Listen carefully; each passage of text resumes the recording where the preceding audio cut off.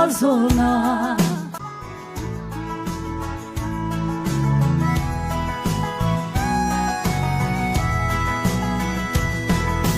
liang sa nun lui gel kịp lên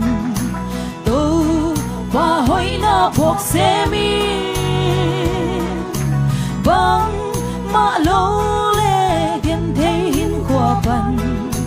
khu lâu thông in đã hôn làm sao cây lệ ca in qua đã vua zona hông bia hôn này sắc câu ba cây lệ và in quan tế làm nông pina tê chú lệ lại đã khen sen lâu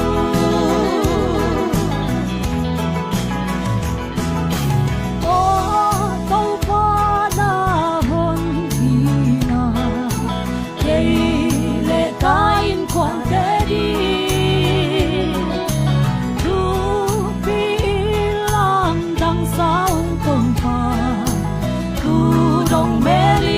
hôn musa cây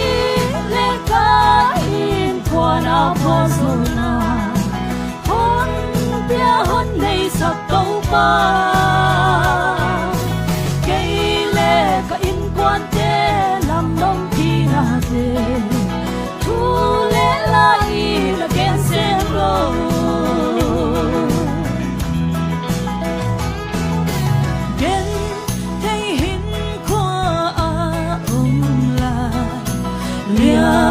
vài nâng khoa loay lai toa để pan nong pi mo tô pa lung đam lâu thế cây nghe cây lệ ca in qua đã qua zona hôn bia hôn này sắc câu pa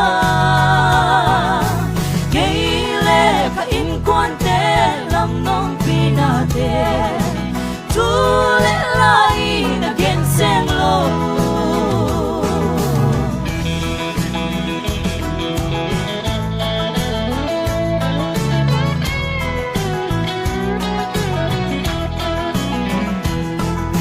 mi nào ta bằng nông kê mà vua zona sim sen lâu đó hắc sa san yal noya panin ina khutta na hallen hi cây lệ ca in qua na vua zona hôn bia hôn này sắc câu ba cây lệ ca in quan tế làm nông pina tê thu lệ lại là kén sen lâu cây lệ ca in qua na vua zona hôn bia hôn này sắc câu ba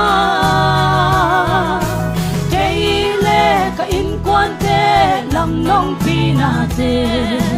thu lệ lại là kén sen lâu Tuhan Tuhan biasa tahen.